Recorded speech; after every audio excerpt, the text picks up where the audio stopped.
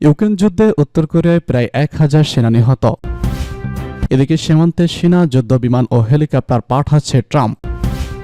হুতি আনসারুল্লাহকে বিদেশি সন্ত্রাসী সংগঠন হিসেবে চিহ্নিত করলেন ট্রাম্প। এদিকে যুদ্ধবিরতির পর গাজায় ধ্বংসস্তূপের নিচে থেকে 200 মৃতদেহ উদ্ধার। ট্রাম্প প্রশাসনের সাথে বাংলাদেশ নিয়ে আলোচনা করলেন জয়শঙ্কর। সর্বশেষে জানিয়ে দেব ব্যর্থ হতে পারে ইসরায়েল গাজা চুক্তি। ইউক্রেন যুদ্ধে উত্তর কোরিয়ার প্রায় 1000 সেনা নিহত। চলমান ইউক্রেন যুদ্ধে উত্তর কোরিয়ার প্রায় 1000 সেনা নিহত হয়েছেন, এমনটাই জানিয়েছে পাশ্চাত্যের কর্মকর্তারা।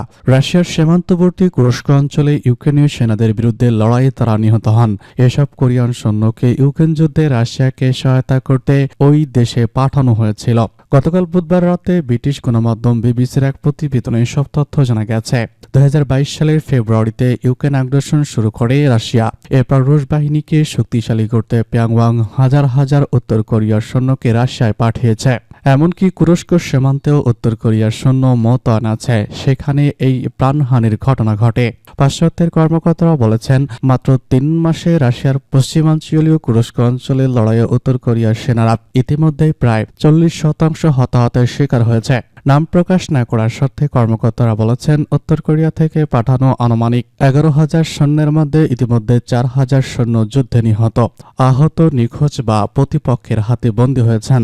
কর্মকর্তারা আরও বলেছেন, এই 4,000 জনের মধ্যে প্রায় 1,000 জনই জানুয়ারি মাঝামাঝি সময়ের মধ্যে নিহত হয়েছে বলে ধারণা করা হচ্ছে। অন্যদিকে হতাহতের কোথায় চিকিৎসা করা হচ্ছে, এমনকি কখন এবং কত সংখ্যক সৈন্য উপস্থাপন করা হবে তাও কখনোই স্পষ্ট নয়। দক্ষিণ কোরিয়া যুক্তরাষ্ট্র ইউক্রেনে গোয়েন্দাদের হিসাব মতে আনুমানিক 11,000 উত্তর কোরীয় সেনাকে রাশিয়ায় পাঠানো হয়েছে, যাদের বেশিরভাগ মোতায়েন করেছে কুরস্ক সীমান্ত অঞ্চলে ইউক্রেনীয় সেনাদের বিরুদ্ধে লড়তে। মূলত গত বছরের আগস্টে ইউক্রেনীয় সেনারা আচমকা কুরস্কে ঢুকে লড়াই শুরু করার পর অঞ্চলটির আংশিক নিয়ন্ত্রণ এখনও কিয়েভের এই সেনাদের হাতে রয়েছে। বিশ্লেষকরা বলছেন, উত্তর কোরিয়া সেনারা যুদ্ধের অভিজ্ঞতা, অভাব এবং ভাষাগত সমস্যার মতো চ্যালেঞ্জের মুখে পড়ছে। উল্লেখ্য, 2022 সালের ফেব্রুয়ারি মাসে রাশিয়া ইউক্রেন হামলা চালাতে উত্তর কোরিয়া এবং রাশিয়ার মধ্যে সামরিক সংখ্যা গড়ে উঠেছে। গত বছরের জুনে ঐতিহাসিক চুক্তি স্বাক্ষর করে উত্তর কোরিয়া এবং রাশিয়া, যা গত বছরের ডিসেম্বরে কার্যকর হয়। বিশ্লেষকরা বলছেন, এই যুদ্ধ জড়িয়ে রাশিয়ার কাছ থেকে উন্নত প্রযুক্তির জ্ঞান অর্জন করতে চায় কিম জং উনের উত্তর কোরিয়া। সীমান্তে সেনা যুদ্ধবিমান ও হেলিকপ্টার পাঠাচ্ছে ট্রাম্প। যুক্তরাষ্ট্র মেক্সিকোর সীমান্তে 1,500 সেনা যুদ্ধবিমান ও হেলিকপ্টার পাঠানোর নির্দেশ দিয়েছে মার্কিন প্রেসিডেন্ট ডোনাল্ড ট্রাম্প। দক্ষিণ সীমান্তে অবৈধ অভিবাসী ঠেকাতে এমন পদক্ষেপ নিয়েছেন তিনি। ঊর্ধ্বতম সামরিক কর্মকর্তার বরাত দিয়ে বিবিসি জানিয়েছে, ক্যালিফোর্নিয়ায় সান ডিয়েগো এবং মেক্সিকোর এল পসোতে 1000 সৈন্য সদস্য ও 500 নৌ সদস্য মোতায়েন করা হবে। অনুপ্রবেশকারীদের বাধা দেওয়ার পাশাপাশি অন্যান্য সীমান্ত মিশন নিয়ে কাজ করবেন তারা। মেক্সিকোর সীমান্তে 2টি C-700 ও 2টি C-177 জাহাজ এবং হেলিকপ্টার পাঠানো হচ্ছে। মার্কিন প্রতিরক্ষা মন্ত্রণালয় জানায়, 5,000-এর বেশি অবৈধ অভিবাসীকে নিজ দেশে ফেরাতে সামরিক বিমান ব্যবহার করছে যুক্তরাষ্ট্র।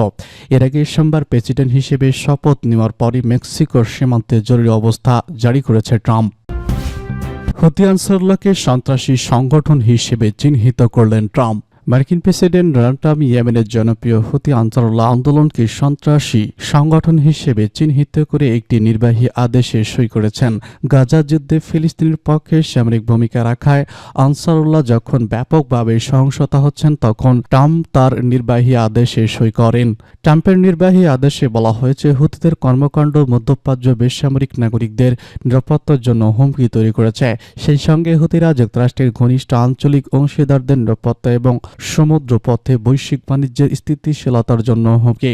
নির্বাহী আদেশে সই করে ট্রাম্প বলেছেন, শুধু ইয়েমেন নয়, বিভিন্ন সময় সৌদি আরব ও সংযুক্ত আরব আমিরাতে প্রাণহানি হামলার জন্য হুতিরা দায়ী। গাজার প্রতি সমর্থন জানিয়ে 2023 সালের অক্টোবর থেকে ভূমধ্যসাগর ও লোহিত সাগরে ইসলামী বাণিজ্যিক জাহাজ এবং ইসরায়েলগামী বাণিজ্যিক জাহাজ এবং ইঙ্গো মার্কিন বাহিনীর নৌযানে 100-টিরও বেশি অভিযান পরিচালনা করেছে আনসারুল্লাহ নেতৃত্বাধীন ইয়েমেনের সশস্ত্র বাহিনী। সম্প্রতি গাজা গাজার যুদ্ধবৃত্তি কার্যকর হওয়ার পর হামাস এর সামরিক শাখা আল কাসাম ব্রিগেড এর মুখপাত্র আবু ওবাদা তার ভাষণে আনসারুল্লাহকে ধন্যবাদ জানিয়ে বলেছেন, ইয়েমেনের আক্রমণ পুরো বিশ্বকে চমক দিয়েছে। তারা এটি ঐতিহাসিক দৃষ্টান্ত স্থাপন করেছে, আর তা হলো কেউ যদি উম্মহের শত্রুদের মোকাবেলা করতে ইচ্ছা করে তবে তা শর্ত কিংবা হাজার মাইল দূরত্ব কোনো বিষয় নয়। যুদ্ধবিরতির পর গাজার ধ্বংসস্তূপের নিচ থেকে 200 মরদেহ উদ্ধার। ফিলিস্তিনের অবরুদ্ধ গাজা উপত্যকায় বিভিন্ন ধ্বংসস্তূপের নিচ থেকে পর্যন্ত 200 ব্যক্তি মরদেহ উদ্ধার করা হয়েছে। সিভিল ডিফেন্স এজেন্সি গতকাল বুধবার এই তথ্য জানিয়েছে। এজেন্সির প্রধান মোহাম্মদ বাসাল জানান, ধ্বংসস্তূপের নিচে চাপা পড়ে থাকা প্রায় ফিলিস্তিনি মৃতদেহ এখনও উদ্ধার করতে বাকি রয়েছে। তিনি জানান, কমপক্ষে 2069টি মরদেহ সম্পূর্ণভাবে পচে গলে গেছে, যাদের পরিচয় শনাক্ত করার উপায় নেই। ব্যাসাল বলেছেন, ধ্বংসস্তূপের নিচে চাপা পড়ে থাকা বহু মানুষকে উদ্ধার করতে সক্ষম না হওয়ায় তারা মৃত্যুবরণ করেছেন। উদ্ধারকারী দলগুলো জটিল পরিস্থিতির মধ্যে সময় মতো তাদের কাছে পৌঁছাতে পারেনি। তিনি জানান, উদ্ধারকারী দলগুলো ধ্বংসস্তূপের নিচে আটকা পড়া আহত ব্যক্তিদের কাছ থেকে প্রতিদিন দুর্দশার ফোন পেত। তিনি আরো বলেছেন, ইসরায়েলি বর্বর বাহিনী অ্যাম্বুলেন্স এবং তাদের কর্মীদের লক্ষ্যবস্তু করার কারণে উদ্ধারকারী দলগুলো বিপদের ফোনে সাড়া দিতে পারেনি। ট্রাম্প প্রশাসনের সাথে বাংলাদেশ নিয়ে আলোচনা জানালেন জয়শঙ্কর। যুক্তরাষ্ট্রের সাথে বাংলাদেশ নিয়ে আলোচনা করেছে ভারত। নতুন মার্কিন পররাষ্ট্রমন্ত্রী মার্কো রুবিওর সাথে প্রথম বৈঠকে বাংলাদেশ পরিস্থিতি নিয়ে এই আলোচনা করেছেন ভারতের পররাষ্ট্রমন্ত্রী জয়শঙ্কর। ভারতীয় গণমাধ্যম হিন্দুস্তান টাইমস এই তথ্য জানিয়েছে। গণমাধ্যমটি বলছে, এক সংবাদ সম্মেলনে নিজেই এই তথ্য জানিয়েছেন জয়শঙ্কর। তবে বাংলাদেশের বিষয় ঠিক কি আলোচনা হয়েছে সে বিষয়ে বিস্তারিত জানাতে চায়নি ভারতীয় এই পররাষ্ট্রমন্ত্রী। হিন্দুস্তান টাইমসের প্রতিবেদনে বলা হয়, নতুন মার্কিন পররাষ্ট্রমন্ত্রী মার্কো রুবিওর সাথে নিজেদের প্রথম বৈঠক ভারতের পররাষ্ট্রমন্ত্রী এস জয়শঙ্কর বাংলাদেশের পরিস্থিতি নিয়ে আলোচনা করেছেন। এই পররাষ্ট্রমন্ত্রীর মধ্যে দ্বিপাক্ষিক সম্পর্কের পর স্থানীয় সময় বুধবার ওয়াশিংটন এক সংবাদ সম্মেলনে জয়শঙ্কর বলেন, বাংলাদেশ নিয়ে সংক্ষিপ্ত আলোচনা হয়েছে, তবে এই বিষয়ে বিস্তারিত কিছু জানাতে চাননি তিনি। ট্রাম্প প্রশাসন ক্ষমতায় আসার পর জয়শঙ্করের সাথে নিজের প্রথম দ্বিপাক্ষিক বৈঠক করেন মার্কিন পররাষ্ট্রমন্ত্রী রুবিও। পৃথক প্রতিবেদনে ভারতীয় সংবাদ সংস্থা এনডিটিভি নিউজ এবং ইন্ডিয়া জানিয়েছে, নতুন মার্কিন জাতীয় নিরাপত্তা উপদেষ্টা মাইকেল ওয়াল্ট এবং মার্কিন পররাষ্ট্রমন্ত্রী মার্কো রুবিওর সাথে দ্বিপাক্ষিক আলোচনার সময় বাংলাদেশের বিষয়ে আলোচনা হয়েছে বলে জানিয়েছে পররাষ্ট্রমন্ত্রী এস জয়শঙ্কর। ট্রাম্প প্রশাসনের নতুন কর্মকর্তাদের সাথে তার আলোচনার বিষয়ে ওয়াশিংটনে এক সংবাদ সম্মেলনে এক প্রশ্নের উত্তরে তিনি বলেন, আমরা বাংলাদেশ নিয়ে সংক্ষিপ্ত আলোচনা করেছি, এ বিষয়ে আরও বিস্তারিত কথা বলা ঠিক হবে না। ব্যর্থ হতে পারে ইসরায়েল গাজা চুক্তি। গাজায় ইসরায়েলি ফিলিস্তিনি যুদ্ধবিরতির চুক্তি স্থায়ী হবে কিনা তা নিয়ে সংশয় রয়েছে।